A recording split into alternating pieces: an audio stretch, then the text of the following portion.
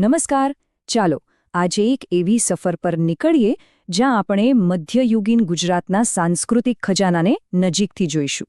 એક એવો સમયગાળો જ્યારે કલમ, કળા અને સંસ્કૃતિ બધું જ એકસાથે પાંગરી રહ્યું હતું અને જેણે આપણા વારસા પર એકદમ ઊંડી છાપ છોડી છે. પણ મનમાં એક સવાલ થાય, ખરું ને, કે શું આવું ખરેખર શક્ય હતું? મતલબ કે સાહિત્ય, નૃત્ય અને ભરતગૂંથણ જેવી કળા, શું આ બધું એક જ સમયે, એક જ જગ્યાએ આટલું બધું વિકસી રહ્યું હતું? ચલો, આ સવાલનો જવાબ શોધવાની મજા આવશે. તો આપણી આ ખોજની શરૂઆત ક્યાંથી કરીશું? ચાલો, શરૂઆત કરીએ એ સમયના જ્ઞાનના ખજાનાથી, એટલે કે કલમ અને કાગળના વારસાથી.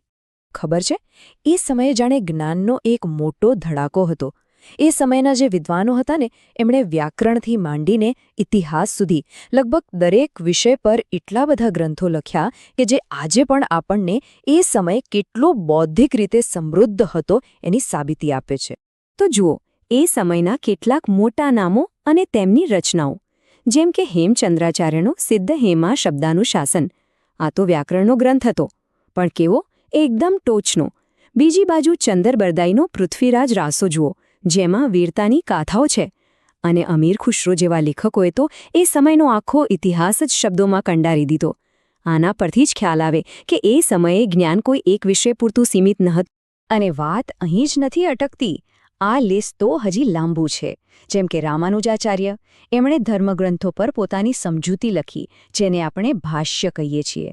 પછી મમ્મટ જેવા વિદ્વાનો પણ હતા, જેમણે શીખવ્યું કે સારી કવિતા લખાય કેવી રીતે. આ બધું જોઈને એવું લાગે કે મધ્યયુગીન ગુજરાત સાચે જ જ્ઞાનનું એક ધમધમતું કેન્દ્ર હતું. સારું, તો આ તો થઈ પુસ્તકો અને જ્ઞાનની વાત. પણ શું બધું જ જ્ઞાન પુસ્તકોમાં જ હતું? ના, બિલકુલ નહીં. અસલી સંસ્કૃતિ તો લોકોના જીવનમાં, એમના રીતિરિવાજોમાં અને એમની કળાઓમાં જીવતી હતી. તો ચાલો હવે એ માટીની મહેક તરફ જઈએ, એટલે કે લોકકલાની દુનિયામાં. હવે જેવી લોકકલાની વાત આવે ને, એટલે મગજમાં પહેલો શબ્દ કયો આવે? ભવાઈ. અને ભવાઈ એટલે ખાલી નાટક નહીં, એ તો ગુજરાતના ગામડાનો જીવ છે, એનો ધબકાર છે. એક એવી કળા જેણે લોકોને વર્ષોથી એકસાથે બાંધી રાખ્યા છે. અને હા, આની શરૂઆત કરી હતી અસાઈદ ઠાકરે. એમણે જ આ કળાને ઘરે ઘરે પહોંચાડી. ભવાઈ તો છે જ, પણ ગુજરાતના લોકનૃત્યોની તો વાત જ અલગ છે. એમાં એકદમ અલગ જ જોશ અને જુસ્સો જોવા મળે છે. એમાંનું જે ખાસ નૃત્ય છે, હુડો. આ ઝાલાવાડ વિસ્તારના જે પશુપાલકો છે ને, એમનો આ ખાસ રાસ છે. એમના માટે આ ફક્ત ડાન્સ નથી, પણ એમની તાકાત, એમની સંસ્કૃતિ અને જીવનનો એક મોટો ઉત્સવ છે. ઓકે, તો આપણે સાહિત્યની વાત કરી, ભવાઈ અને હુડા જેવા નૃત્યની વાત કરી, પણ હજી એક વસ્તુ બાકી છે. અને એ છે ગુજરાતના કારીગરોના હાથનો જાદુ. એવી કળા જેણે ગુજરાતનું નામ દુનિયાભરમાં રોશન કરી દીધું. જો ગુજરાતની ઓળખ ખાલી મોટા મોટા વિદ્વાનોથી જ નથી. અહીંના સામાન્ય કારીગરોના હાથમાં જે કસબ હતો, એની તો વાત જ શું કરવી. ખાસ કરીને એમનું ભરતગૂંથણ. એટલું બારીક અને એટલું સુંદર કામ કે દુનિયાભરમાં એના વખાણ થતા. અને આજે પણ આ ભરતગૂંથણ ગુજરાતની એક ખાસ ઓળખ છે. તો અત્યાર સુધી આપણે અલગ અલગ વાતો કરી, ગ્રંથો, નાટકો, નૃત્ય, હસ્તકલા. પણ મનમાં એક વિચાર આવે કે શું એવી કોઈ જગ્યા છે જ્યાં આ બધું જ, આખું સાંસ્કૃતિક વારસો એકસાથે જીવંત થતો જોવા મળે? તો જવાબ છે હા, બિલકુલ છે. એક એવી જગ્યા છે જ્યાં આ બધી જ પરંપરાઓનો સંગમ થાય છે. અને એ જગ્યા બીજું કોઈ નહીં, પણ આપણો જગવિખ્યાત તરણેતરનો મેળો છે. સાચું કહું તો આને ખાલી મેળો કહેવો એ ઓછું કહેવાશે. આ તો ગુજરાતની સંસ્કૃતિનો એક જીવંત, ધબકતો ઉત્સવ છે.